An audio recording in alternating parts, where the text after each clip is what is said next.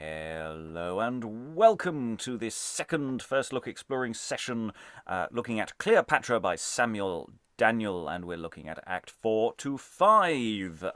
It is a semi-commissioned sequel to Mary Sidney's translation of Robert Garnier's play The Tragedy of Antony. You can watch videos on The Tragedy of Antony, and you can also listen to material on that on the podcast. We have, in fact, got recorded, though not released yet, a full cast audio adaptation of The Tragedy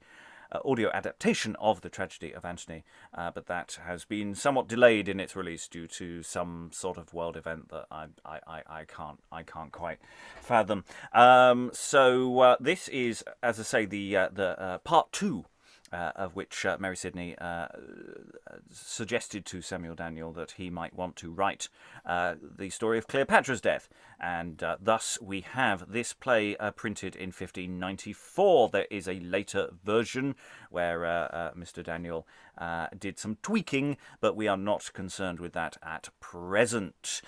To get to grips with the final 2 acts of this play, we have in the room reading Seleucus, Titius, and Messenger is... Hi, I'm Eric, and my fingers hurt for reasons I cannot mention right now.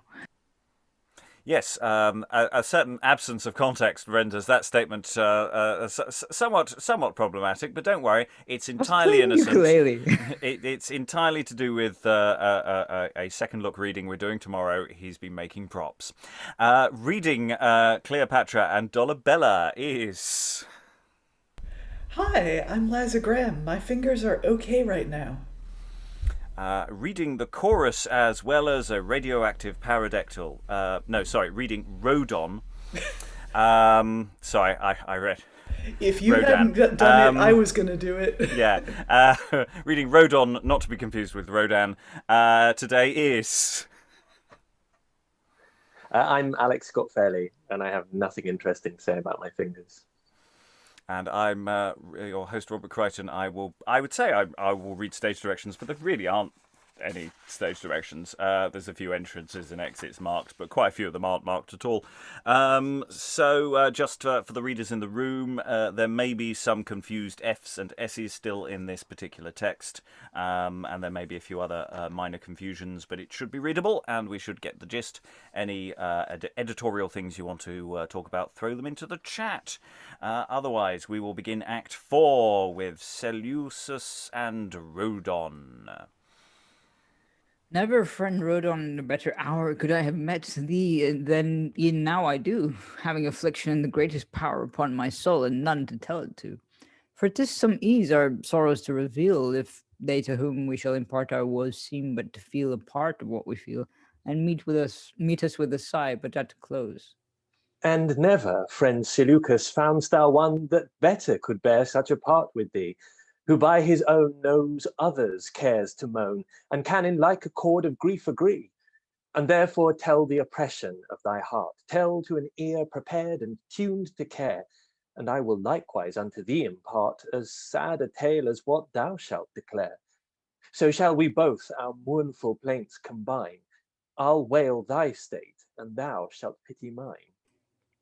Well then, thou knowest how I have lived in grace with Cleopatra, and esteemed in court as one of counsel and of chiefest place, and ever held my credit in that sort till now, in this confusion of our state, when thinking to have used the mean to climb, and fled the wretched, flown unto the great, following the fortune of the present time, and I'm come to be cast down and ruined clean, and in the course of mine own plot undone. For having all the secrets of the queen revealed to Caesar, to have favor won. My treachery is quitted with disgrace, my falsehood loathed, and not without great reason. Though good for him, yet princes in this case do hate the traitor, though they love the treason. For how could he imagine I would be faithful to him, being false unto mine own? And false to such a bounteous queen as she that had me raised, and made mine honour known. He saw 'twas not for zeal to him I bear, but for base fear or mine own state to settle. Weakness is false, and faith in cowards rare. And fear finds out shifts, timidity is subtle. and therefore scorned of him, scorned of mine own, hateful to all that look into my state. Despised Seleucus is only grown the mark of infamy that's pointed at. 'Tis much thou sayest, and oh, too much to feel. And I do grieve, and do lament thy fall.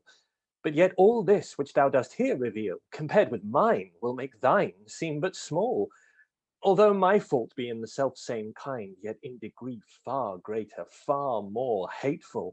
Mine sprung of mischief, thine from feeble mind. I stained with blood, thou only but ungrateful. For unto me did Cleopatra give the best and dearest treasure of her blood. Lovely Cesario, whom she would should live, free from the dangers wherein Egypt stood. And unto me with him this charge she gave. Here, Rodon, take, convey from out this coast this precious gem, the chiefest that I have, the jewel of my soul I value most. Guide him to India, lead him far from hence. Safeguard him where secure he may remain, till better fortune call him back from thence, and Egypt's peace be reconciled again. For this is he that may our hopes bring back, the rising sun of our declining state. These be the hands that may restore our wrack, and raise the broken ruins made of late. He may give limits to boundless pride of fierce Octavius, and abate his might. Great Julius's offspring, he may come to guide the empire of the world as his by right. Oh, how he seems the model of his sire. Oh, how I gaze my Caesar in his face. Such was his gait, so did his looks aspire. Such was his threatening brow, such was his grace. High-shouldered, and his forehead even as high. And oh, if he had not been born so late, he might have ruled the world's great monarchy, and now have been the champion of our state. Then unto him, "O my dear son," she says, "son of my youth, fly hence, oh fly, be gone. Reserve thyself ordained for better days, for much thou hast to ground thy hopes upon. Leave me, thy woeful mother, to endure the fury of this tempest here alone. Who cares not for herself, so thou be sure, thou mayst revenge when others can but moan. Rodon will see thee safe, Rodon will guide thee and thy ways, thou shalt not need to fear. Rodon, my faithful servant, will provide what shall be best for thee, take thou no care. And oh, good Rodon, look well to his youth, the ways are long and dangers everywhere. I urge it not that I do doubt thy truth, mothers will cast the worst and always fear. The absent danger greater still appears, less fears he who is near the thing he fears. And oh, I know not what presaging thought my spirit suggests of luckless bad event, but yet it may be 'tis but love doth dote, or idle shadows which my fears present. But yet the memory of mine own fate makes me fear his, and yet why should I fear? His fortune may recover better state, and he may come in pomp to govern here. But yet I doubt the genius of our race by some malignant spirit comes overthrown. Our blood must be extinct in my disgrace. Egypt must have no more kings of their own. Then let him stay, and let us fall together, sith it is foredecreed that we must fall. Yet who knows what may come? Let him go thither. What merchant in one vessel ventures all? Let us divide our stars. Go, go, my son, let not the fate of Egypt find thee here. Try, if so be thy destiny can shun the common wrack of us by being there. But who is he found ever yet defense against the heavens, or hid him anywhere? Then what need I to send thee so far hence? To seek thy death that mayst as well die here, and here die with thy mother, die in rest, not travelling to what will come to thee.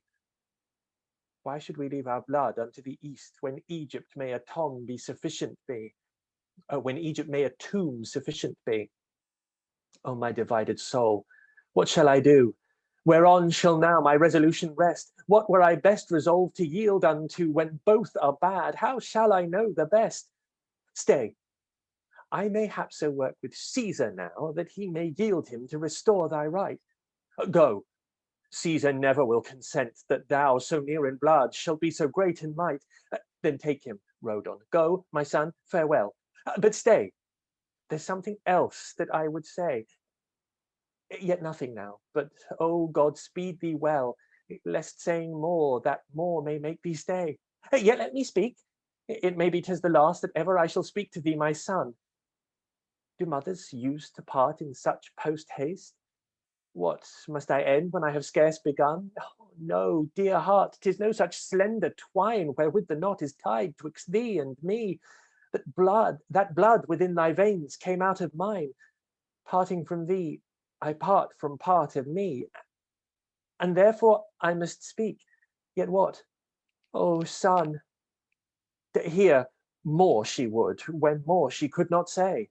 Sorrow rebounding back whence it begun, filled up the passage and quite stopped the way, when sweet Cesario with a princely sprite, though comfortless himself, did comfort give, with mildest words persuading her to bear it. And as for him, she should not need to grieve. And I, with protestations of my part, swore by that faith which sworn I did deceive, that I would use all care, all wit and art to see him safe. And so we took our leave.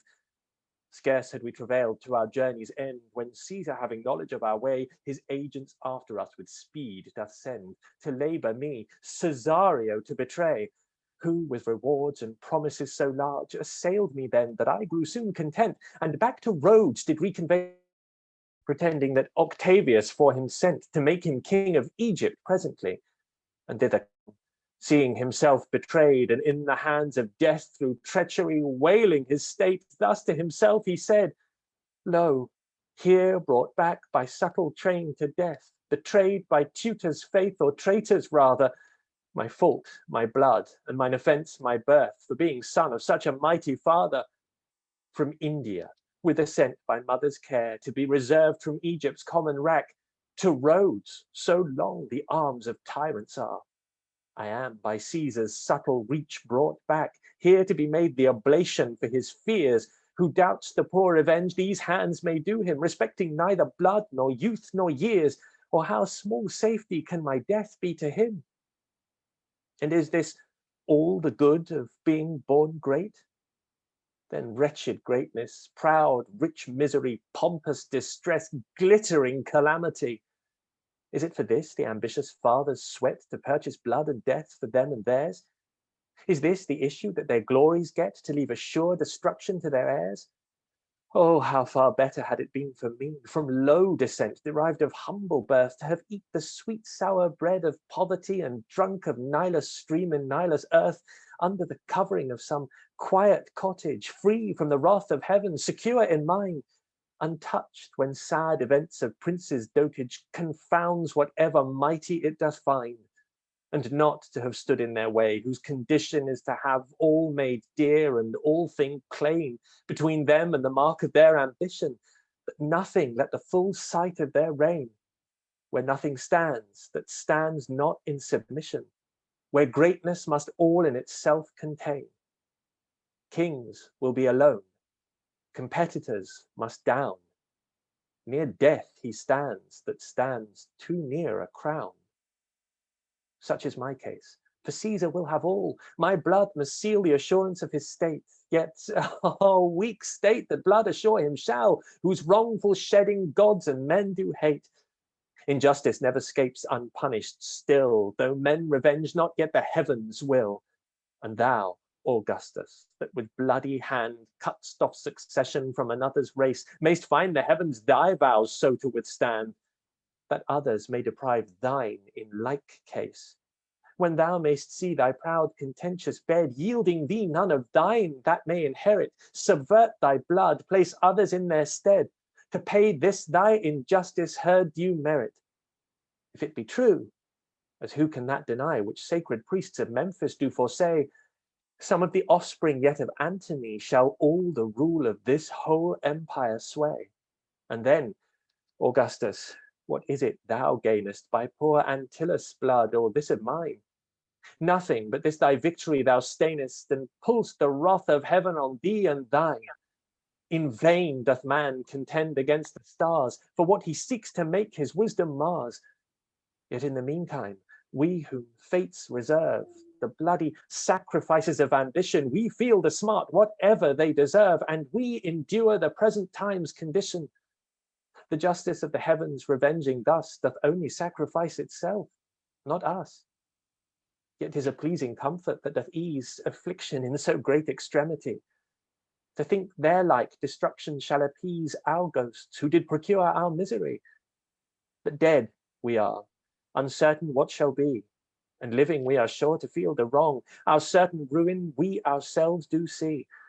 They joy the while, and we know not how long. But yet, Cesario, thou must die content, for men will moan, and God revenge the innocent. Thus he complained, and thus thou hearest my shame. But how hath Caesar now rewarded thee? As he hath thee, and I expect the same as fell to Theodore to fall to me. For he, one of my coat, having betrayed the young Antinous, son of Antony, and at his death from of his neck conveyed a jewel, which being asked he did deny, Caesar occasion took to hang him straight. Such instruments with princes live not long, although they need us, actors of deceit, yet still our sight seems to upbraid their wrong, and therefore we must needs this danger run, and in the net of our own guile be caught. We must not live to bray what we have done, for what is done must not appear their fault. But here comes Cleopatra, woeful queen, and our shame will not that we should be seen. And they exit. Cleopatra is entering, but we will pause there because, in a sense, Cleopatra's always been in the room. Yeah, I mean, we started talking yesterday about methods of staging this, and I hadn't really exactly stated how this might work for in a modern context, but I think I found my routine.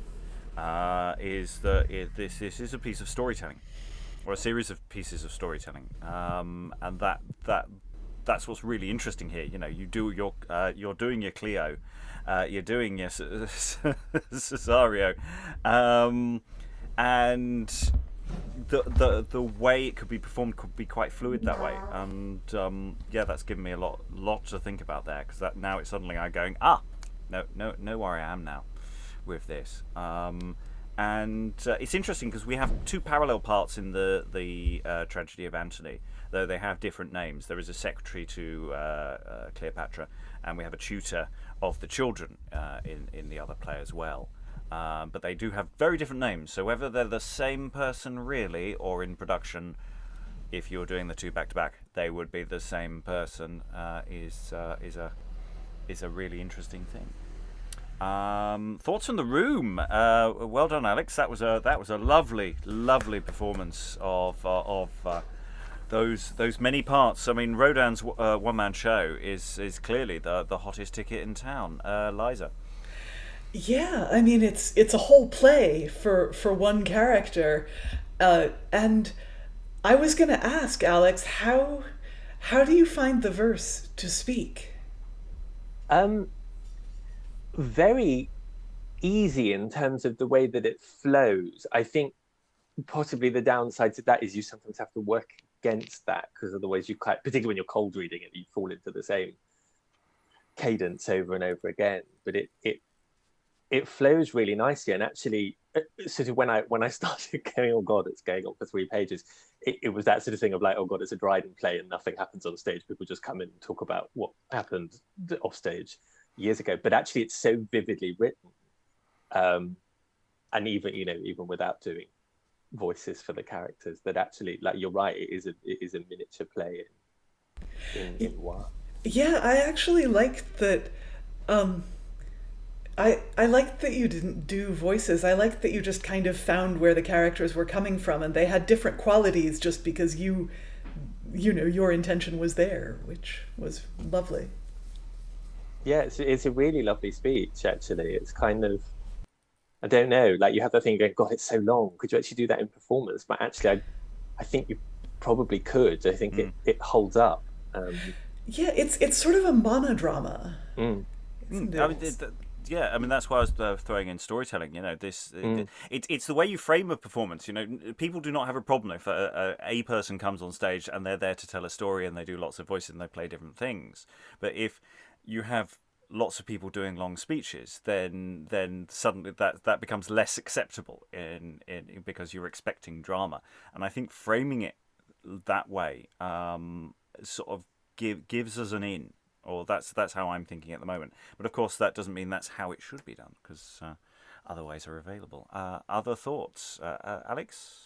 It's got some beautiful lines in it as well, like just the one that was in the chat about parting from you, I part from part of me, or whatever it is, in the sort of, and there's almost a bit of sort of comedy in that Cleopatra thing of stay, no, go, no, I'm going to say something, no, I wasn't going to say anything, but it's very real, like it's even though it's written in this sort of, admittedly now quite remote language, quite remote situation, it's very real, that mother-child relationship, and that brilliant sort of dissection of those that are near a crown do not live long is, yeah, lovely.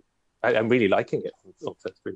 Yeah, I mean, we had at the beginning of the play, Cleopatra was given this opening oration, which was dancing around a lot. It was very stream of conscience-y, and as it was working, and this sort of is an extension of that. There's another element that there's really a very nicely focused Cleopatra psychodrama going on here, in the middle of other people talking. Proculeus gave a long Cleopatra speech as well when he was relating what she said. So yeah, Cleopatra seems to be just like, it's like a broken mirror. Everyone reflects part of her. I think it's also. No, go on, carry on. I think it's also really nice. Because again, on a sort of brief scan of this, like the Arthur play from last week, these sort of cultural lodestone figures, or whatever they are, that have been existed in so many iterations. That this is Cleopatra the mother, which is kind of these days we think of Cleopatra, sexy vamp, kind of the whole Caesar thing. That it's actually a really nice side to her, beautifully presented as a mother. Is really lovely.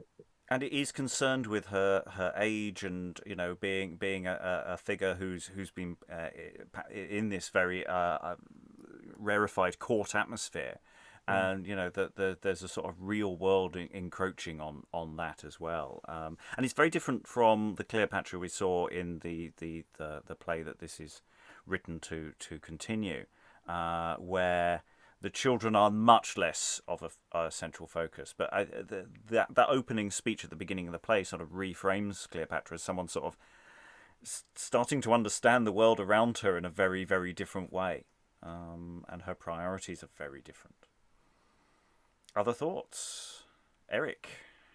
Well, not Cleopatra's, in this, in Rodon's speech, you get in Seleucus' speech, you had some weird not rhymes, which was quite sort of. That's why I was tripping a bit over the words. It was like, okay, that doesn't rhyme. This is quite weird.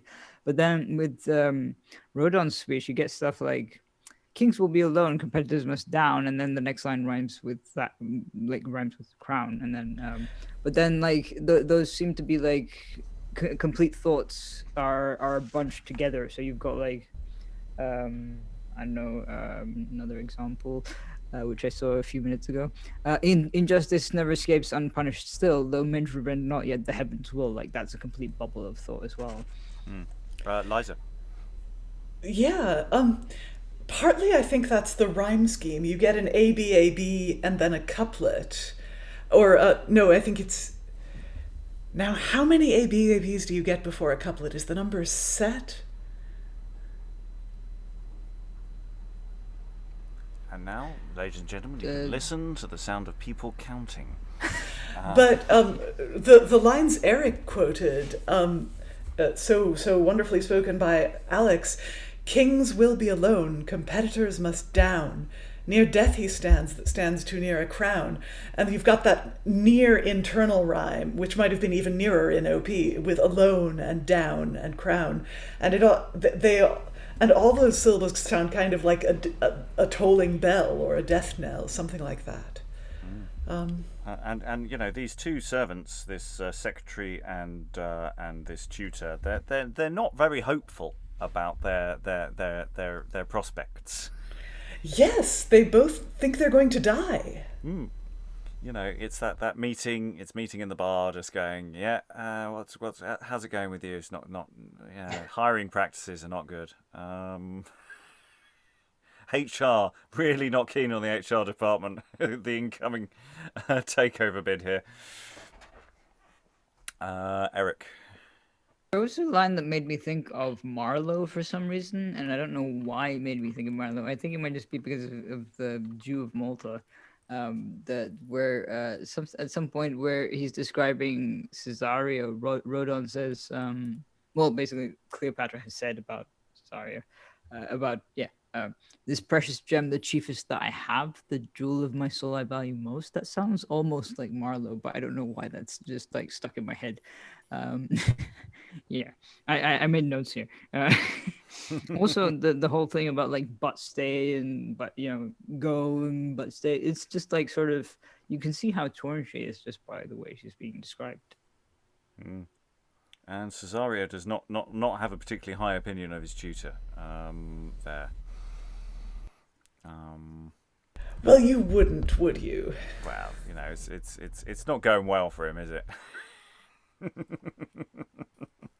There's quite a high degree of self-awareness there of how sort of dreadful his own behaviour. They're sort of owning the fact that their behaviour's been dreadful, even though they're sort of commiserating with one. It's very fatalistic. I mean, it's again got sort of all those.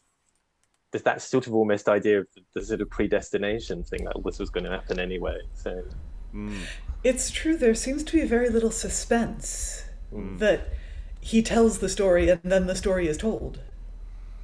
And yeah, I love the fact that they sort of go to each other at the beginning. It's just going, "Oh, you think you've had a bad day?" I did think it was going to get to sort of Monty Python kind of, hot gravel for breakfast. The shades of the not the 1948 at last the 1948 show, yes, from whence the sketch originates, with half the Monty Python team watching. Available as a box set now. Anyway, Rob. Only moderately problematic in some of its comedy. Okay, let's move on to. They have said that Cleopatra is going to enter. We can assume that they hightail it out as she does. Let us go run Cleopatra and the chorus into each other. What? Hath my face yet power to win a lover?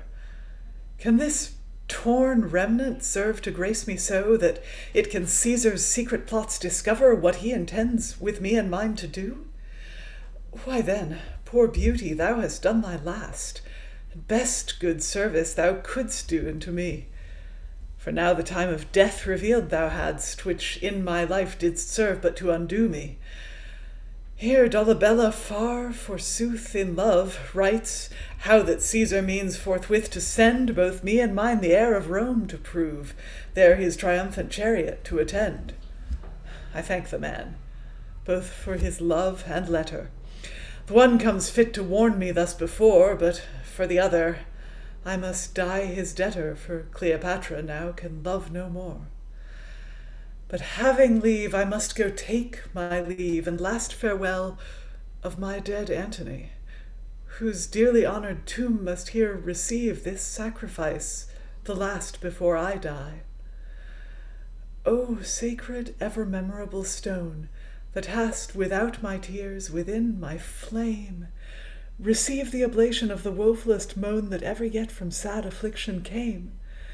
And you, dear relics of my lord and love, the sweetest parcels of the faithfullest liver, oh, let no impious hand dare to remove you out from hence, but rest you here forever. Let Egypt now give peace unto you dead, that living gave you trouble and turmoil. Sleep quiet in this everlasting bed in foreign land preferred before your soil. And oh, if that the spirits of men remain after their bodies and do never die, then hear thy ghost thy captive spouse complain, and be attentive to her misery. But if that laborsome mortality found this sweet error only to confine the curious search of idle vanity, that would the depth of darkness undermine, or rather to give rest unto the thought of wretched man, with the aftercoming joy of those conceived fields whereon we dote, to pacify the present world's annoy. If it be so, why speak I then to the air? But 'tis not so. My Antony doth hear. His ever-living ghost attends my prayer, and I do know his hovering sprite is near. And I will speak and pray and mourn to thee, O pure immortal love that deign'st to hear. I feel thou answerst my credulity with touch of comfort, finding none elsewhere. Thou knowest these hands entombed thee here of late, free and unforced, which now must servile be, reserved for bands to grace proud Caesar's state, who seeks in me to triumph over thee. Oh, if in life we could not severed be, shall death divide our bodies now asunder? Must thine in Egypt, mine in Italy, be kept the monuments of fortune's wonder? If any powers be there whereas thou art, sith our own country gods betray our case, oh, work they may their gracious help impart to save thy woeful wife from such disgrace. Do not permit she should in triumph show the blush of her reproach joined with thy shame, but rather let that hateful tyrant know that thou and I had power to avoid the same. But what do I spend breath and idle wind in vain invoking a conceived aid? Why do I not myself occasion find to break the bounds wherein myself am stayed? Words are for them that can complain and live, whose melting hearts composed of baser frame can to their sorrows time and leisure give. But Cleopatra may not do the same.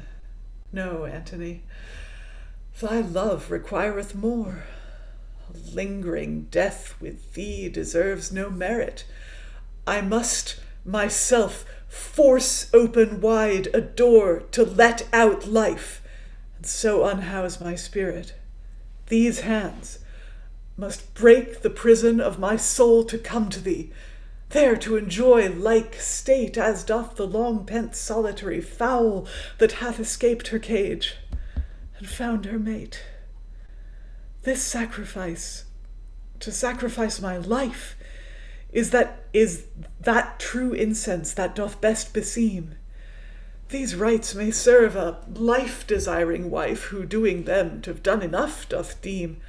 My heart-blood should the purple flowers have been, which here upon thy tomb to thee are offered. No smoke but dying breath should here been seen, and this it had been too had I been suffered. But what have I save these bare hands to do it? And these weak fingers are not iron-pointed. They cannot pierce the flesh being put unto it. And I of all means else am disappointed. But yet I must away and means seek how to come unto thee, whatsoe'er I do. O death, art thou so hard to come by now that we must pray, entreat, and seek thee too?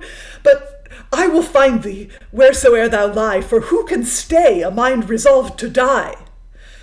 And now I go to work the effect indeed. I'll never send more words or sighs. To thee I'll bring my soul myself, and that with speed. Myself will bring my soul to Antony. Come, go, my maids, my fortune's sole attenders, that minister to misery and sorrow. Your mistress you unto your freedom renders, and quits you all from charge yet ere tomorrow. And now by this, I think the man I sent is near returned that brings me my dispatch. God grant his cunning sort to good event, and that his skill may well beguile my watch. So shall I shun disgrace, leave to be sorry, fly to my love, scape my foe, free my soul. So shall I act the last act of my glory, die like a queen, and rest without control.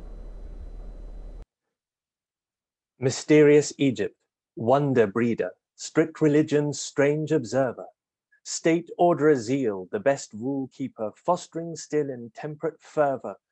Oh, how camest thou to lose so wholly all religion, law, and order, and thus become the most unholy of all lands that Nilus border? How could confused disorder enter where stern law sat so severely? How durst weak lust and riot venter the eye of justice looking nearly? Could not those means that made thee great be still the means to keep thy state? Ah, no, the course of things requireth change and alteration ever. That same continuance man desireth, the unconstant world yieldeth never. We in our counsels must be blinded and not see what doth import us, and oftentimes the thing least minded is the thing that most must hurt us. Yet they that have the stern and guiding, 'tis their fault that should prevent it, for oft they seeing their country sliding, take their ease as though contented. We imitate the greater powers, the princes' manners fashion ours. The example of their light regarding, vulgar looseness much incenses, vice uncontrolled grows wide enlarging, kings' small faults be great offences. And this hath set the window open unto license, lust, and riot. This way confusion first found broken, whereby entered our disquiet.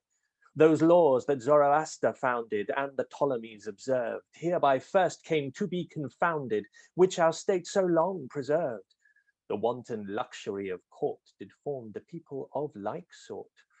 For all, respecting private pleasure, universally consenting to abuse their time, their treasure, in their own delights contenting, and future dangers naught respecting, whereby, oh, how easy matter made this so general neglecting, confused weakness to disaster. Caesar found the effect true tried in his easy entrance making, who at the sight of arms descried all our people, all forsaking, for riot, worse than war so sore, had wasted all our strength before. And thus is Egypt servile rendered to the insolent destroyer, and all their sumptuous treasure tendered, all her wealth that did betray her, which poison, oh, if heavens be rightful, may so far infect their senses, that Egypt's pleasures so delightful may breed them the like offences. And Romans learn our way of weakness, be instructed in our vices, that our spoils may spoil your greatness, overcome with our devices. Fill full your hands and carry home enough from us to ruin Rome. And thus ends the act, and once again Cleopatra delivering so much good material. And actually, I really like the chorus as well. There was a lot of really good stuff here. We've got that sort of interesting plot point that Dollabella's sort of become quite keen on Cleopatra in this in the gap between scenes from earlier, or seems to have done anyway. This conversation with Antony, this question, why am I talking to nobody? And no, I'm not. I'm talking to Antony.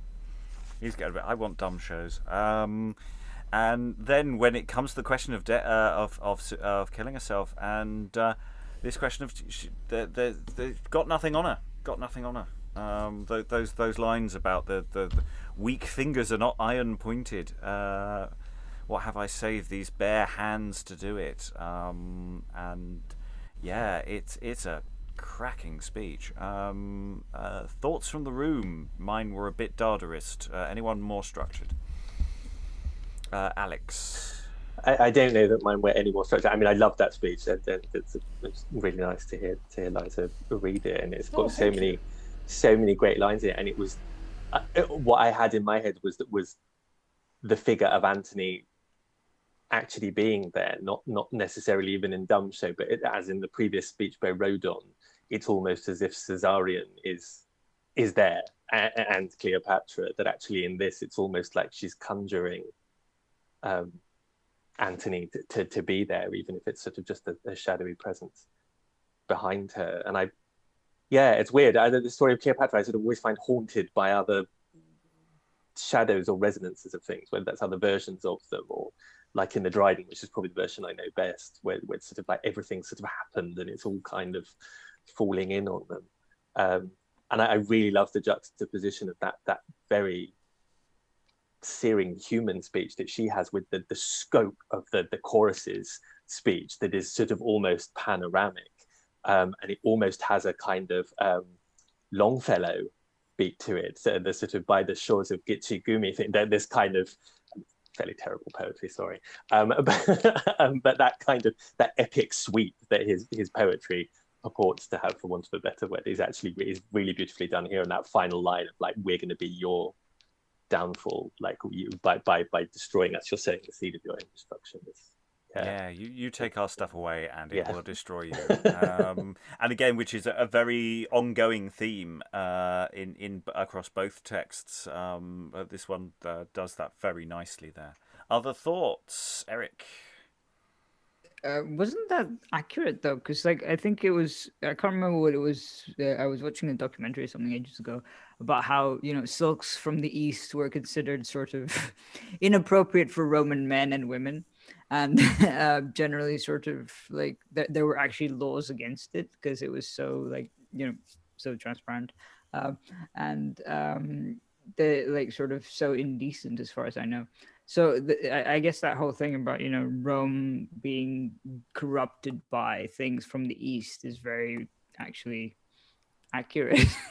And I can't help but wonder if you consider when this was written, like maybe bringing stuff from the East for the UK, for England, what that could mean. Well, yeah, we're at a time when trade routes are expanding. Diplomatic overtures to the East is going through all sorts of different exchanges. So we've been doing some civic pageantry where we've been looking looking ahead into the future, where the city is very keen on talking about their trade routes, and there's an awful lot of exoticism being played around with there, which is slightly more problematic for us today. But there's touching on that, I think. Other thoughts, Liza? You lived through most of that. How is it as a performer? Well, as Alex said, the verse does kind of propel you forward at its own speed.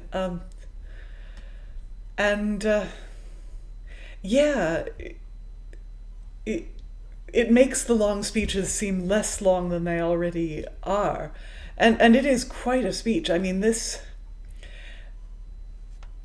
her first speech was talking very much about the past and about the future. It was sort of fragmentary because it kept glancing from what was to what is to what will be. But this speech feels much more continuous, that she's present, she's completely present here in front of Antony's tomb. She doesn't even remember, she doesn't even reconstruct him living. She just talks about where she is now and looks forward to where she will be shortly, that this is where she gathers the courage to end her own life rather than be part of Caesar's triumph in Rome. Yes, because there's a big difference between making a political decision that's where we're going to be and actually making that emotional, practical leap as well. Yes, and she does manage to bring like the very human horror of what do you actually have to do to kill yourself, what do you do to your own body when you decide to end it? And I guess we'll see as it's revealed in the end of the play what she does do, but that ought to be enough to make the whole audience feel a sort of chill, and afterwards the chorus goes into tetrameter, some of which is trochaic, which does give that, like the trochees give a primal feel where they occur. I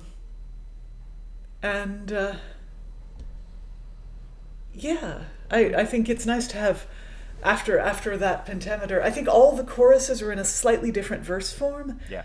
There seems to be a deliberate, and that's again following the earlier model. And that's nice. It sort of lets the hearer's ear be refreshed in that way. And there was a note in the chat. Someone was talking about, why aren't there any dumb shows? Well, this is very much a literary text, though it may get a performance in a different version later on. You don't write dumb shows for literature. You write dumb shows for performance. By and large, there may be exceptions to that, as far as I know, but it's all about the words. I think that's probably the reason. Eric. I just have a question. Is she alone in this? Because she kind of says, "Come, go, my mates, my unfortunate soul attenders," and there was a point where I was thinking that it's just her and Antony's tomb, basically.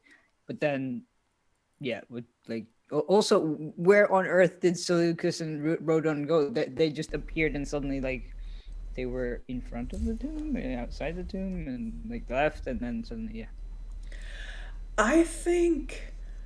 I mean, if we were staging this in modern times, it would be very effective to have her alone on stage. At the time, how is anyone to know that she's a queen if she has no attendants? And also, I think the attendants might be the chorus.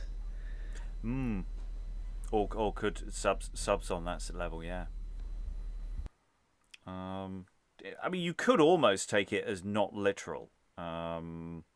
It almost feels like it's evoking, some sort of ministers of doom to play around. I don't think it's actually what the text is saying. I think the text is suggesting that maids appear, but this text doesn't seem to be very interested in her handmaidens that we have in the previous text. It doesn't seem to be playing that game. She's very solitary, and everyone who is in theory her servant has betrayed her. They're all betrayers that we've met in this play. Eric? Yeah, I just wanted to, obviously this is a speech about dying and, killing oneself and so on. But it's interesting how, if you look at the keywords, it's all about, death, die, finger, and then, parts of the body, especially hands and, obviously blood. But it's just sort of interesting to think about that and notice sort of how she grounds her sort of death in sort of it's not just an idea basically at this point. It's kind of, I'm going to go from the idea to the execution, and this is how I will do it. I don't know how I will do it, but I will do it immediately and effective as soon as possible, basically. I don't know, it just seems very immediate compared to having a speech about, perhaps I miss you, Antony, and that kind of stuff. We have 2 scenes to do of the text. We'll do the next one. We will pause between them, but I'll probably let the second scene run all the way through to its conclusion. Various people are changing their hats.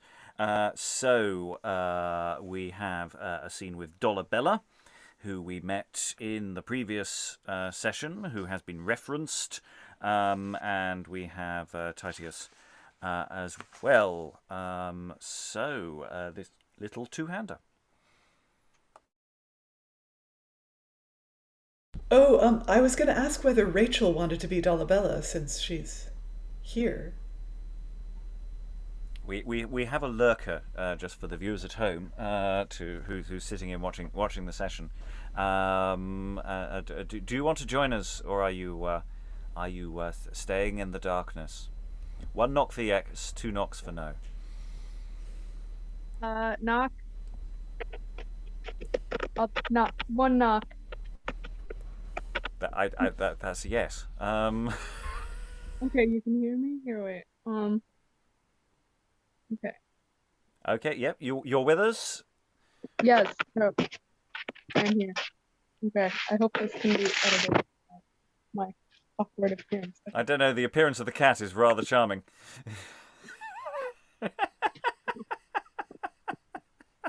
Okay. It is Egypt, so, that's what we expect.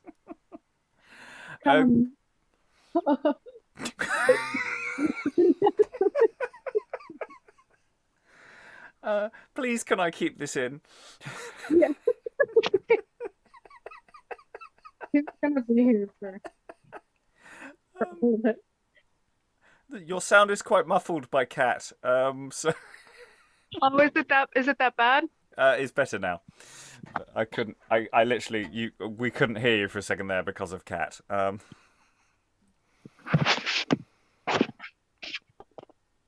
Come, tell me, Titius, every circumstance, how Cleopatra did receive my news. Tell every look, every each gesture, countenance, that she did in my letters reading use.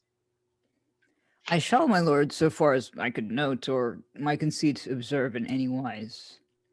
It was the time when, as she having got leave to her dearest dead to sacrifice, and now was issuing out the monument, with odors, incense, garlands in her hand, when I approached as one of from Caesar sent, and did her close thy message to understand.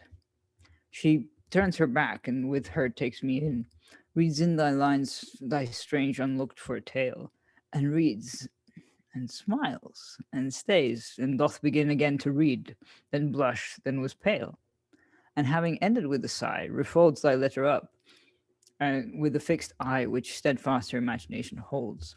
She mused a while, standing confusedly. At length, "Ah, friend," said she, "tell thy good lord how dear I hold his pitying of my case, that out of his sweet nature can afford a miserable woman so much grace. Tell him how much my heavy soul doth grieve merciless Caesar should so deal with me. Pray him that he would all the counsel give that might divert him from such cruelty. As for my love, say Antony hath all. Say that my heart is gone into the grave with him in whom it rests and ever shall. Yet I have it not myself, nor cannot have.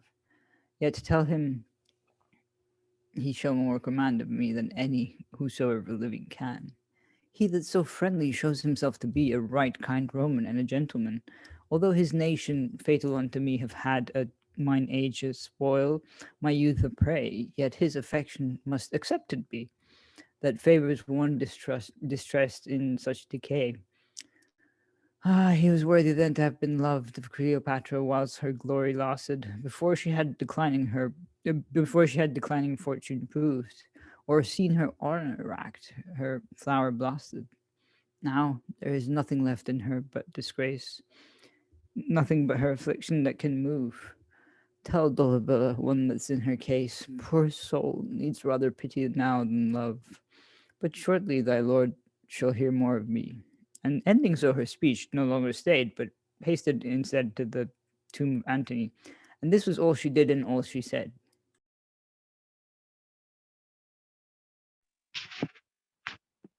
Ah, sweet distressed lady, what hard heart could choose but pity thee, and love thee too? Thy worthiness, the state wherein thou art, requireth both, and both I vow to do.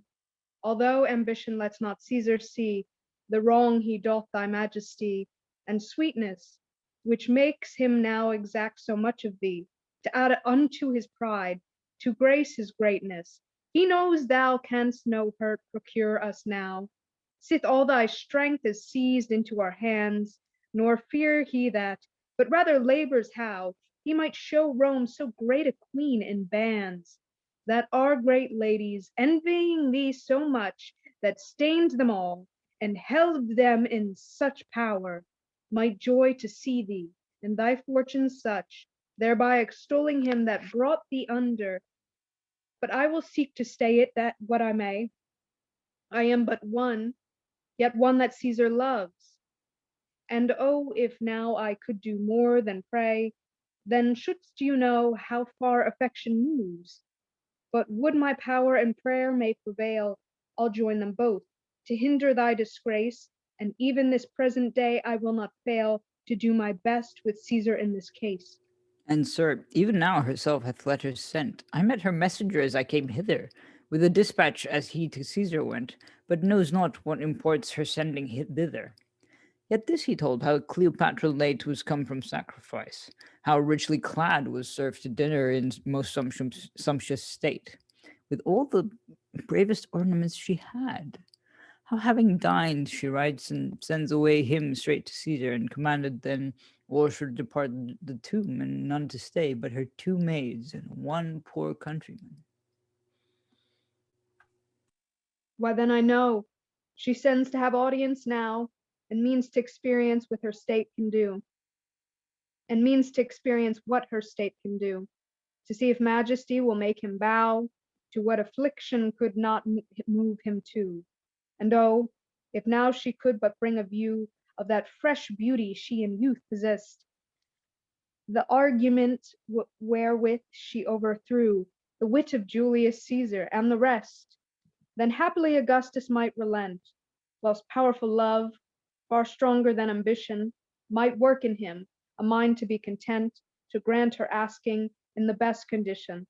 But being as she is, yet doth she merit to be respected for what she hath been, the wonder of her kind, of rarest spirit, a glorious lady and a mighty queen, and now, but by a little weakness falling, to do that which perhaps she was forced to do. Alas, an error past is past recalling. Take away weakness, and take women too. But now I go to be thy advocate, sweet Cleopatra. Now I'll use mine art. Thy presence will me greatly animate. Thy face will teach my tongue, thy love my heart. And we can assume they exit. So, yeah, thoughts on Dollabella, this situation, Titius, and a servant character. Thoughts from the room? Yeah, Liza. Well, Cleopatra, in her long speech, mentioned that Dollabella was in love with her, and here we see that he is. He's not. She hasn't confided in him. She hasn't told him what she's planning. She's just basically getting information from him and then using him to go between her and Caesar. Which, I wouldn't necessarily trust the guy either, given that in the first half, which we did yesterday, when Cleopatra was in her deepest distress, Dollabella had a very long speech about how she was still smoking hot. Yeah, it was quite a creep. So I don't know whether at the time or during the period we might be expected to have to empathize with him more. Who knows? But on stage, characters have the power that other characters give them, and Dollabella is a person who gives Cleopatra the power of her charisma and her beauty, which is a weapon. It's absolutely a weapon of hers. So then we get. And we get yet another person playing Cleopatra. We get Titius playing Cleopatra, which is great. Eric, I would love to know how that was for you. Oh, it was weird because it's not kind of that back and forth where in the previous speech she had with Rodon where she goes, "Oh, but stay, but come," and that kind of she's very clearly very sort of decided about that. I don't know, it was kind of I wrote earlier, that which I forgot to mention in the previous bit, that she described her face as a torn remnant and her beauty as a torn remnant, whereas now it's kind of like she kind of knows that she still has power in her beauty, doesn't she? So she goes, he was worthy then to have been loved of Cleopatra whilst her glory lasted, but then everything fades. Everything sort of, including power and beauty and everything else. I don't know, it's just an interesting speech. Yeah, we really are seeing the effects of entropy in this play. We're seeing fragmentation and decay and the breakdown of relationships and the breakdown of hierarchies, the abuse of power. We're seeing, and the chorus make this clear, we're seeing the fall of an entire, this thousands of years of history of Egypt is ending and falling. So we are seeing the end of a world here. entropy tends to increase, or must increase. In fact, it was a closed system. So yes, I don't know why we're getting onto thermodynamics for no particular reason. You started it. You mentioned entropy. Eric. Oh, sorry, I panicked there. I got too excited. I'm afraid of entropy too. Yeah. No, I studied thermodynamics. Anyway, whatever, moving on. I found it interesting also because, like, what's the name? Titius describes her actions, whereas everyone else has actually not described what she's doing. They've just, like, been describing sort of her words, basically. Not the, what do you call it? He goes, she reads your letter and smiles and stays and doth begin again to read and then blushes and then was pale and sort of like he can't speak for her mental not capacity, her mental state. He can only speak for what he sees. Yeah, there is no. He's very matter of fact at the end, isn't it? So ended her speech. No longer stayed. Went to the tomb. This was all she did and all she said. So there's something very matter of fact about this character. I almost expect there to be a really lengthy pause between "but hasted to the tomb of Antony," and this was all she did and all she said. I don't know if that's a desperate attempt to inject a joke into a play that is. Mostly quite depressing. Other thoughts from the room before we go into the last major gasp, Alex? That was the one bit where I wondered, not necessarily a dumb show, but in the way that in my head she had Antony behind her in the tomb when she was doing the sort of address to Antony in the scene before.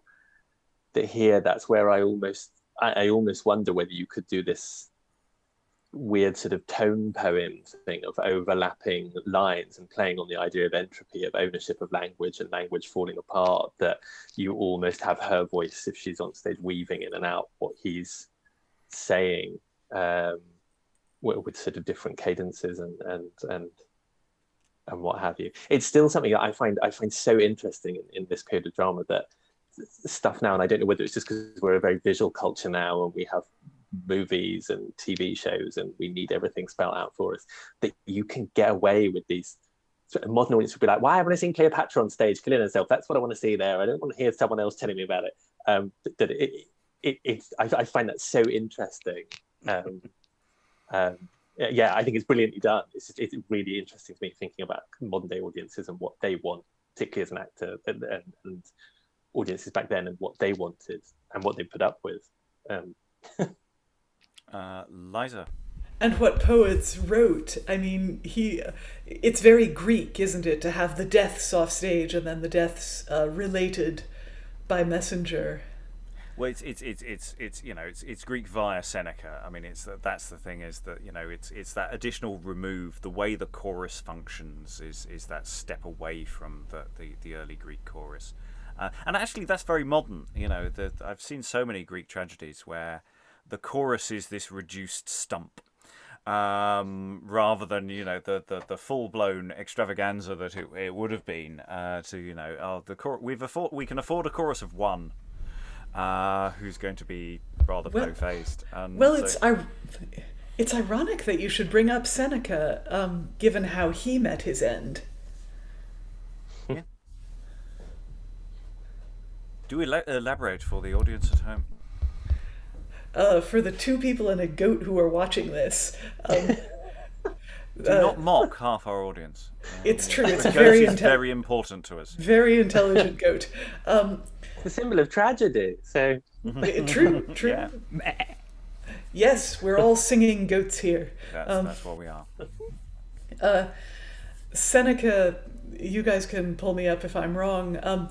Seneca offended the Emperor Nero and chose to kill himself rather than let Nero execute him. Yeah, that's that's a way to end a good tutorial. Okay, we will move on to the the climax, as it were. Spoilers. The play's about to end. We're in Act 5. So we have here the chorus is still on stage. We can infer that the chorus is always on stage. We have the arrival of Nuncius, otherwise translated as messenger, and so the rest of this is by and large between a messenger and the chorus. Am I ordained the careful messenger and sad news bringer of the strangest death which self-hand did upon itself infer, to free a captive soul from servile breath? Must I lament the lamentable wonder show, which all the world must grieve and marvel at? The rarest form of death in earth below, that ever pity, glory wondered at. What news bringst you? Can Egypt yet yield more of sorrow than it hath? What can it add to the already overflowing store of sad affliction, matter yet more sad? Have we not seen the worst of our calamity? Is there behind yet something of distress, unseen, unknown? Tell if that greater misery there be, that we wail not that which is less. Tell us whatso it be, and tell at first, for sorrow ever longs to hear her worst. Well, then the strangest thing relate I will that ever I of mortal man hath seen. I, as you know, even from my youth, have still attended on the person of the queen, and ever in all good fortunes, good or ill, in all fortunes, good or ill, with her as one of the chiefest trust have been. And now in these so great extremities that ever could to majesty befall, I did my best in what I could devise, and left her not, till now she has left us all. What is she gone? Hath Caesar forced her so? Yea, she's gone, and hath deceived him too. What, fled to India to go find her son? No, not to India, but to find her son. Why then there's hope she may her state recover. Her state? Nay, rather honor and her lover. Her lover, him she cannot have again. Well, him she hath, with him she doth remain. Why then she's dead. Is't so? Why speak'st thou not? You guess aright, and I will tell you how. When she perceived all hope was clean bereft her, that Caesar meant to send her straight away, and saw no means of reconcilement left her. Work what she could not work to stay. She calls me to her, and thus began. O thou whose trust hath ever been the same, and one in all my fortunes faithful man, alone content to tend disgrace and shame, thou, whom the fearful ruin of my fall never deterred to leave calamity, as did those other smooth state pleasers all, who followed but my fortune and not me. 'Tis thou must do a service for thy queen, wherein thy faith and skill must do their best. Thy honest care and duty shall be seen performing this, more than in all the rest. For all that thou hast done may die with thee, although 'tis pity that such faith should die. But this shall evermore remembered be, a rare example to posterity. And look how long Cleopatra shall in after ages live in memory. So long shall thy clear fame endure withal.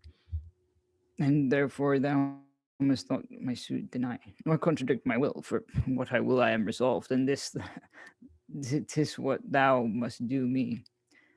Go find me out with all thy art and skill two aspects, and convey them close unto me. I have a work to do with them in hand. Inquire not what, for thou shalt soon see what, if the heavens do not my designs withstand. But do thy charge, and let me shift with that. Being thus conjured by her to whom I had vowed my true perpetual service, forth I went, devising how my close attempt to shroud, so that there might no art my art prevent. And so disguised in habit, as you see, having found the thing for which I went, I soon returned again and brought with me the aspics in a basket closely pent, which I had filled with figs and leaves upon. And coming to the guard that kept the door, "What hast thou there?" said they, and looked thereon. Seeing the figs, they dreamed of nothing more, but said they were the fairest they had seen. "Taste some," said I, "for they are good and pleasant." "No, no," said they, "go bear them to thy queen." Thinking me some poor man that brought a present, well, I went, where brighter than the sun, glittering in all her pompous, rich array, great Cleopatra sat, as if she had won Caesar and all the world beside this day. Even as she was when on thy crystal stream, so Sidnos did she show what earth could show. When Asia, all amazed in wonder, deems Venus from heaven was come on earth below. Even as she went first to meet her love, so goes she now at last again to find him. But that first did her greatness only prove, this last her love that could not live behind him. Yet as she sat, the doubt of my good speed detracts from her, the sweetness of her look. Sure matter care did then such passions breed, that made her eye bewray the care she took, but she no sooner sees me in the place, but straight her sorrow-clouded brow she clears, lightening a smile from out a stormy face, which all her tempest-beaten senses cheers. Look how strayed perplexed traveler, when chased by thieves, and even at point of taking, descrying suddenly some town not so far, or some unlooked for aid to him ward making, cheers up his tired spirits, thrusts forth his strength to meet that good, which that comes in so good an hour. Such was her joy, perceiving now at length her honor was to escape so proud a power. Forth from her seat she hastes to meet the present, and as one overjoyed, she caught it straight, and with the smiling cheer in action pleasant, looking among the figs, finds the deceit. And seeing there the ugly venomous beast, nothing dismayed, she stays and views it well. At length the extremest of her passion ceased, when she began with words her joy to tell. O rarest beast, saith she, that Afric breeds, how dearly welcome art thou unto me. The fairest creature that fair Nilus breeds, what though the ever-erring world doth deem, that angered nature framed thee but in spite. Little they know that what they so light esteem, that never learned the wonder of thy might. Better than death, death's office thou dischargest, that with one gentle touch canst free our breath, and in a pleasing sleep our soul enlargest, making ourselves not privy to our death. If nature erred, then how happy error! Thinking to make thee worst, she made thee best. Sith thou best freest us from our life's worst terror, in sweetly bringing souls to quiet rest, where that inexorable monster death that follows fortune flies the poor distressed, tortures our body ere he takes our breath, and loads with pains the already weak oppressed. How oft have I begged, prayed, entreated him to take my life, and yet could never get him. And when he comes so ugly grim, that who is he, if he could choose, would let him. Therefore, come thou, of wonders wonder chief, that open canst with such an easy key the door of life. Come, gentle cunning thief, that so from ourselves so steals ourselves away. Well, did our priests discern something divine shadowed in thee, and therefore first they did offerings and worships due to thee assign, in whom they found such mysteries were hid, comparing thy sweet motion to the sun that moves without the instruments that move, and never waxing old, but always one, dost sure thy strange divinity approve. And therefore too, the rather unto thee, in zeal I make the offering of my blood, calamity now confirming in me, a sure belief that piety makes good, which happy men neglect or hold ambiguous, and only the afflicted are religious. And here I sacrifice these arms to death, that the lust dedicated to delights, offering up for my last, this last of breath, the complement of my love's dearest rights. With that, she bares her arm, an offer makes to touch her death, yet at the touch withdraws, and seeming more to speak occasion takes, willing to die and willing to pause. Look how a mother at her son's departing for some far voyage, bent to get him fame, doth entertain him with an idle parling, and yet still doth speak, and still speaks but the same. Now bids farewell, and now recalls him back, tells what was told, and bids again farewell, and yet again recalls, for still doth lack something that love would fain and cannot tell. Pleased he should go, yet cannot let him go. So she, although she knew there was no way but this, Yet this she could not handle so, but she must show that life desired delay. Fain would she entertain the time as now, and would fain that death would seize upon her, whilst I might see presented in her brow the doubtful combat tried twixt life and honor, life bringing legions of fresh hopes with her, armed with the proof of time, which yields, we say, comfort and help to such as do to refer all unto him, and can admit delay. But honor, scorning life, lo forth leads he, bright immortality in shining armor, throw the rays of whose clear glory she might see life's baseness, how much it might harm her. Besides, she saw whole armies of reproaches, and base disgraces, furies fearful, sad, marching with life and shame that still encroaches upon her face, in bloody colors clad, which represents when seeing worse than death, she deemed to yield to life, and therefore chose to render all to honor, heart and breath, and with speed, least that her inward foes false flesh that her inward foes false flesh and blood, joining with life and hope, should mutiny against her resolution, and to the end she would not give them a scope. She presently proceeds to the execution, and sharply blaming of her rebel powers, false flesh, saith she, and what dost thou conspire with Caesar to, as thou wert none of ours, to work my shame and hinder my desire? Wilt thou retain in closure of thy veins that enemy base life to let my good? No, no, there is a greater power constraints than can be counterchecked with fearful blood. For to the mind that's great, nothing seems great. And seeing death to be the last of woes and life lasting disgrace which I shall get, what do I lose that have but life to lose? This having said, strengthened in her own heart and union of herself, senses in one charging together, she performs that part that so hath so great a part of glory won, and so receives the deadly poisoning touch. That touch that tried the gold of her love pure, and hath confirmed her honor to be such as must a wonder to all worlds endure. Now not unyielding shrink or touch of fear, consented to bewray least sense of pain, but still in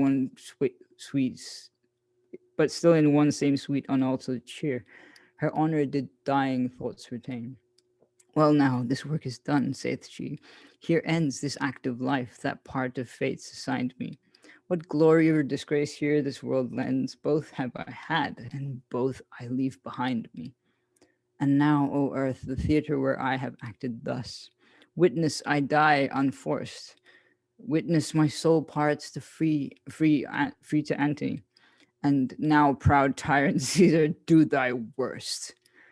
This said, she stays and makes a sudden pause.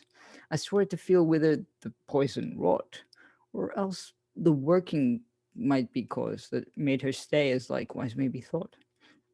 For in that instant I might well perceive the drowsy humor in her falling brow, and how each part oppressed did leave their former office, and did senseless grow. Look how a new plucked branch against the sun declines his fading leaves in feeble sort, so her disjoined jointers as undone. Let fall her weak, dissolved limbs support. Yet lo that face, the wonder of her life, retains in death a grace, the grace of death. Color so lively, cheer so lovely rife, that none would think such beauty could want breath. And in that cheer, the impression of a smile did seem to show she scorned death and Caesar, as glorying that she could both them beguile, and telling death how much her death did please her. Wonder it was to see how soon she went. She went with such a will, and did so hasted, that I think she did her pain prevent, foregoing pain, or staying not to taste it.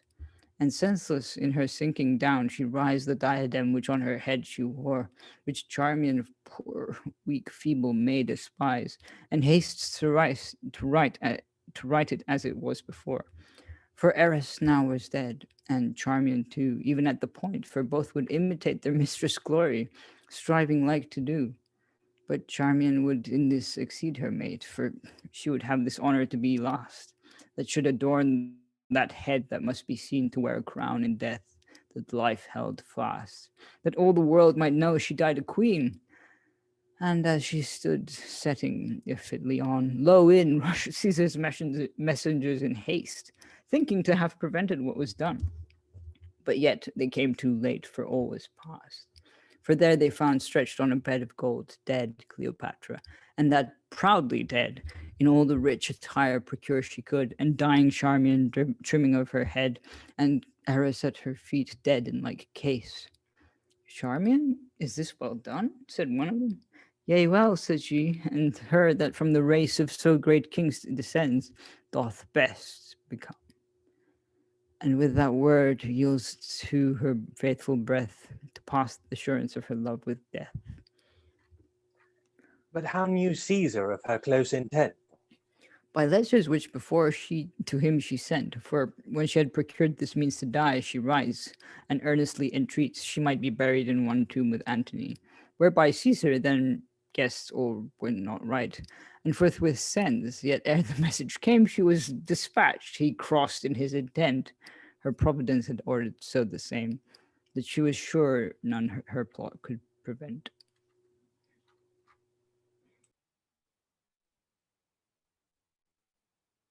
Then thus we have beheld the accomplishment of woes, the full of routine and the worst of ills. We possess the land that desolation spills, and where abomination spills with uncontrolled hand all the issue of all those that so long rule have held, to make us no more us, but clean confound us thus.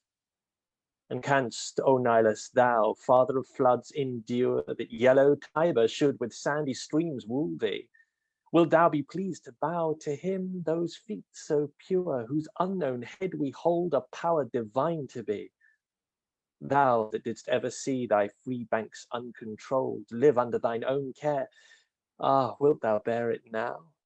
And now wilt yield thy streams a prey to other reams? Draw back thy waters' flow to thy concealed head, rocks strangle up thy waves, stop cataracts thy fall, and turn thy courses so that sandy deserts dead, the world of dust that craves to swallow thee up all, may drink so much as shall revive from vasty graves, a living green which spread far flourishing may grow on that wide face of death, where nothing now draws breath. Fatten some people there, even as thou us hast done, with plenty's wanton store, and feeble luxury, and them as us prepare, fit for the day of moan, respected not before. Leave levelled Egypt dry, a barren prey to lie wasted for evermore, of plenty's yielding none, to recompense the care of victors' greedy lust, and bring forth naught but dust.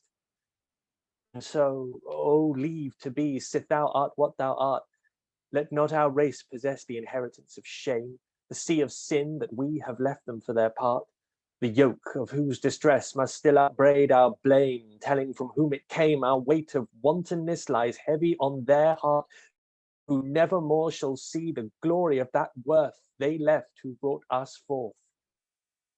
O thou all-seeing light, high president of heaven, you magistrates the stars of that eternal court of providence and right, are these the bounds ye have given, the untranspassable bars that limit pride so short in greatness of this sort, that greatness mars and racks itself, self-driven, on rocks of her own might?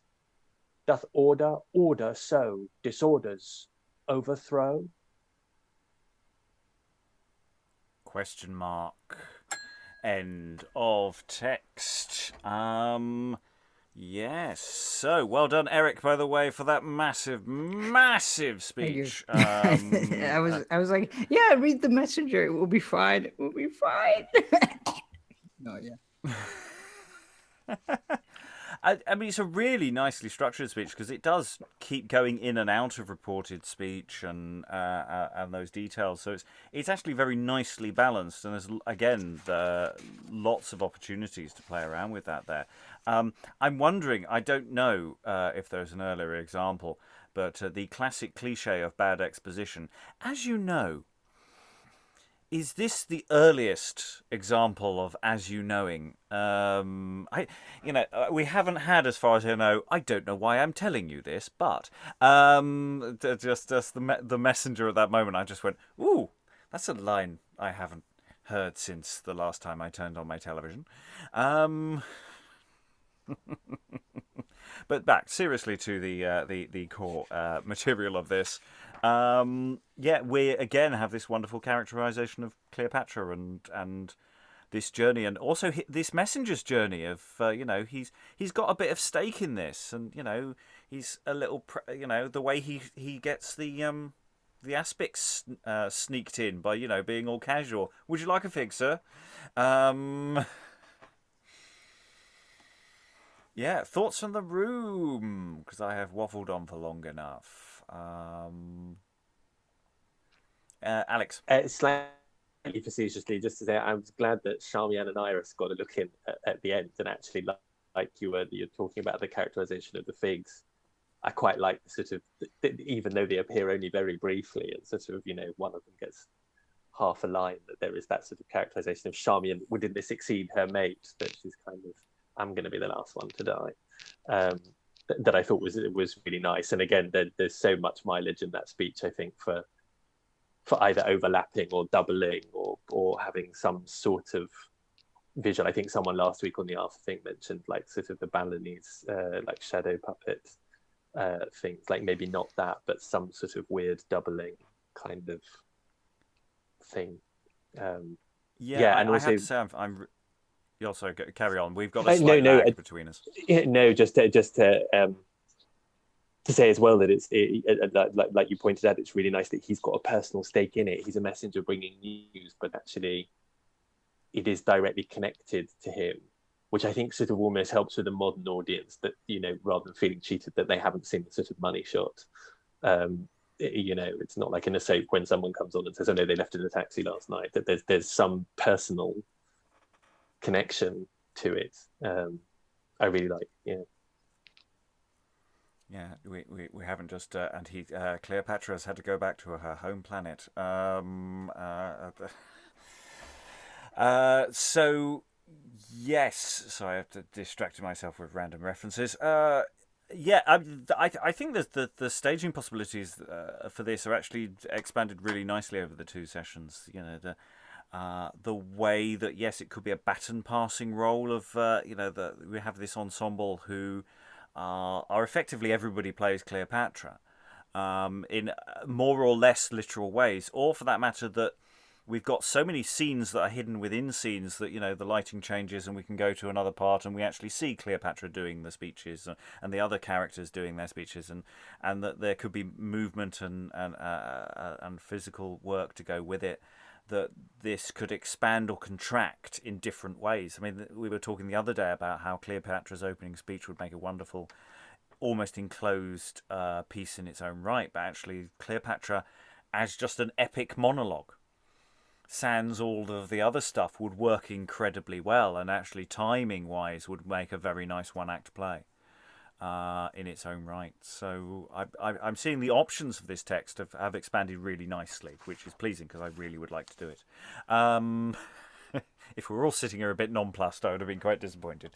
Other thoughts in the room about this close of the act, or other things as well? Rachael, do say things, words. This ending kind of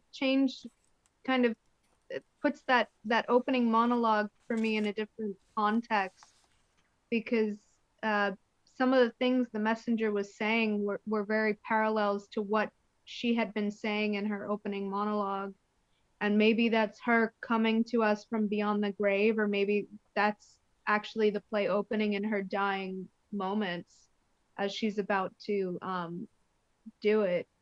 And then also where was it? It's the messenger and the chorus talking back and forth, and the use of the couplets as, final notes or the transition from one note to the next, or one beat to the next, like where the messenger says, "And with that word yields to her faithful breath, to pass the assurance of her love with death, death.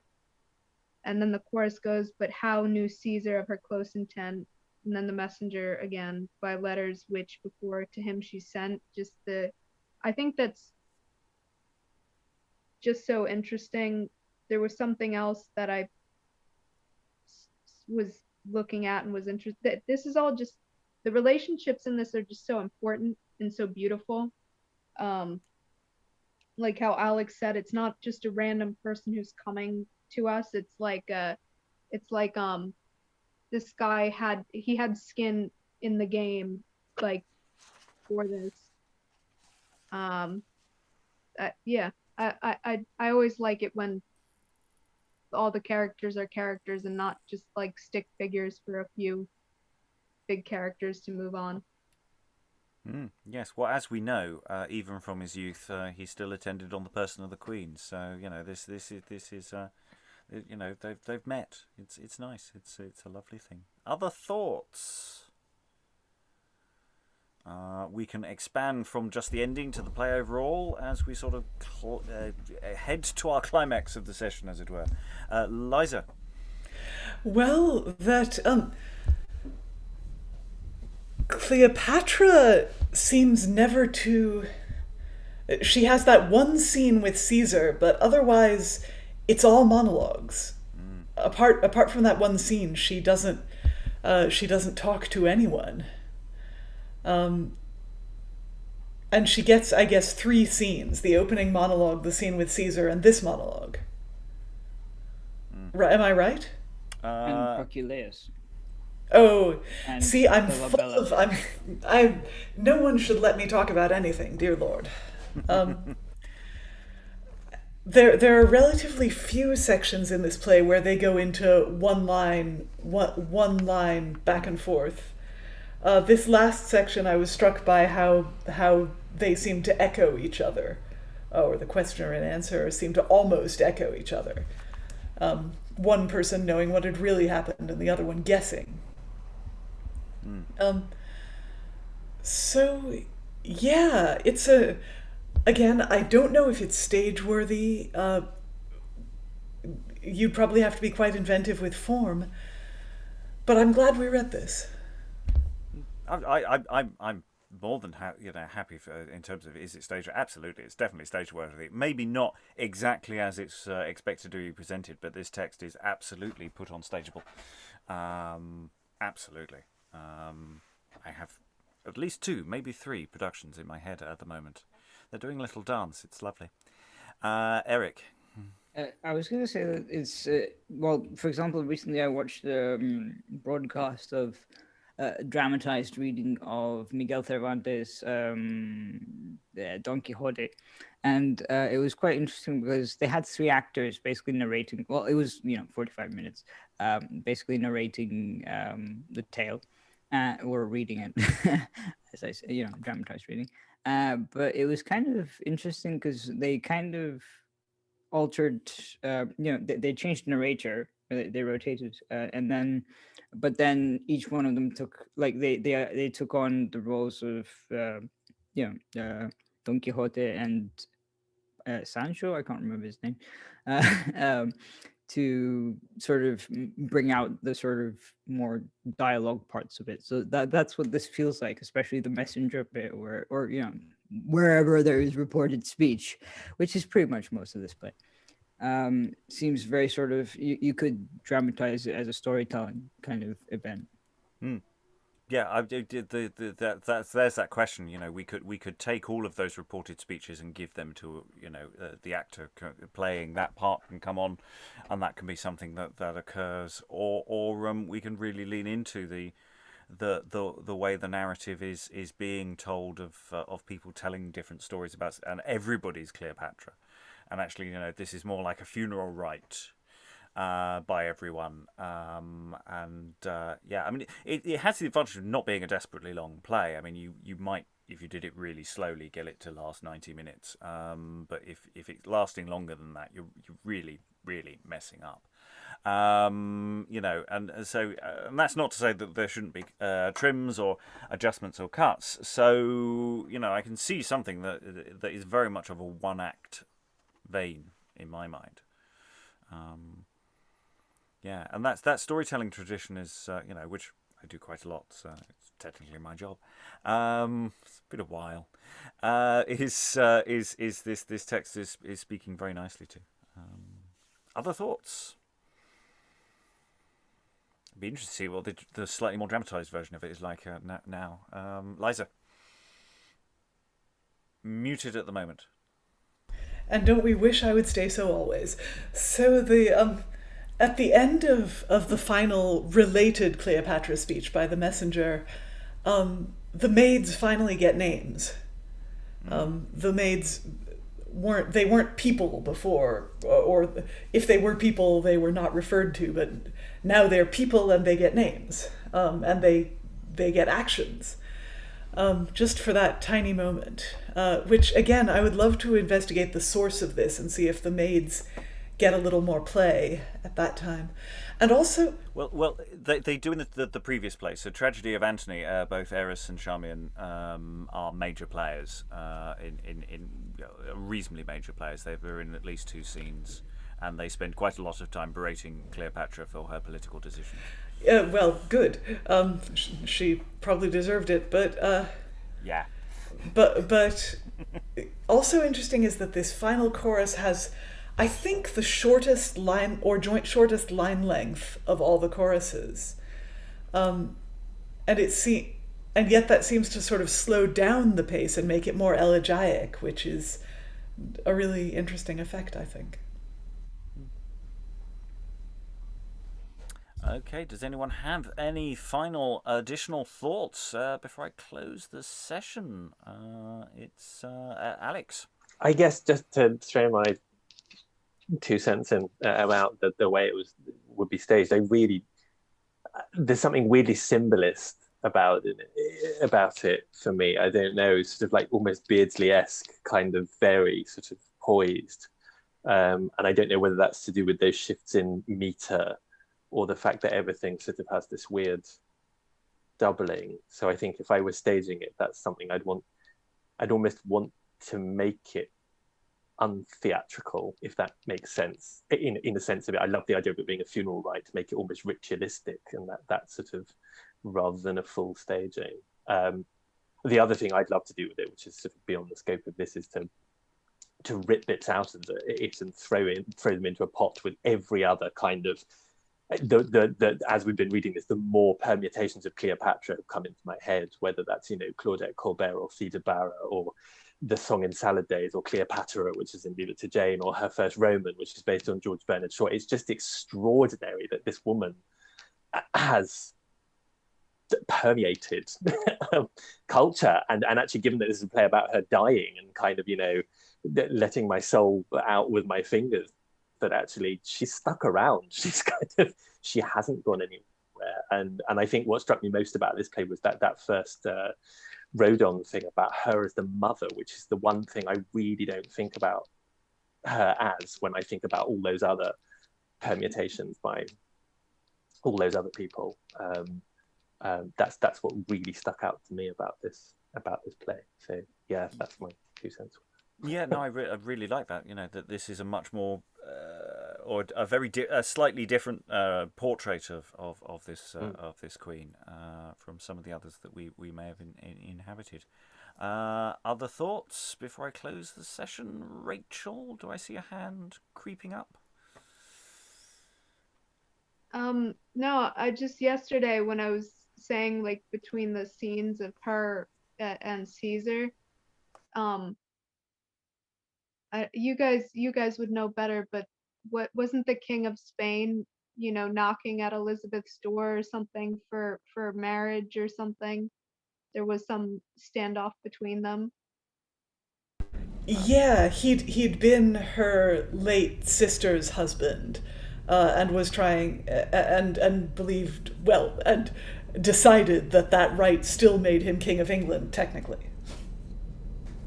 I feel like maybe some of that subtext between the Caesar and Cleopatra was some of maybe that fits into part of this just being written at that time, that the entitlement of the King of Spain and the entitlement of the Caesar over a land that was not his, and a queen and a woman who was not his. And yeah, this second part has changed my mind, that having to fake certain emotions in the court, on the stage of world politics, and I don't know, just I hope you guys give this a second look or something like that, or that I just envy whoever gets to do this on stage, because they're fun roles, and the language is interesting.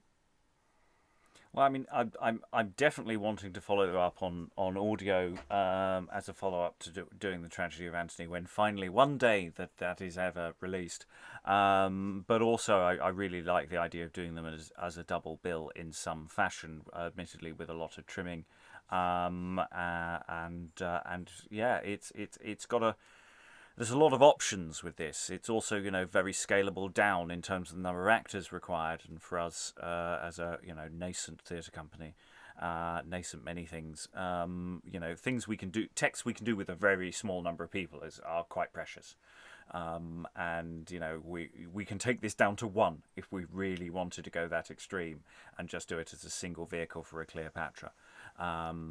Or to slightly expand it, but do different things with the text so that it's a storytelling-y thing with only 3-4 people, or go up to something that's much more like a conventional staging. So this play, I'm fairly confident we'll come back to over the next few years, many times. Other thoughts before I close the session? Anything else people want to throw in? Eric? Well, considering that we know from the beginning that she's gonna die, it's still quite like the way it's narrated is just gorgeous. Like just sort of the way it's not gripping in the way that like I don't know, like today's Lily play was, but it's gripping in a different way. Like sort of just the language used is just wow. Like sort of having Cleopatra go, false flesh, says she, and what dost thou conspire with Caesar? Like you're gonna betray me? Like I mean, this is what I've been waiting for all this time, and now what's going on? Like, but then it just kind of, I don't know, it's just lovely language. It is indeed.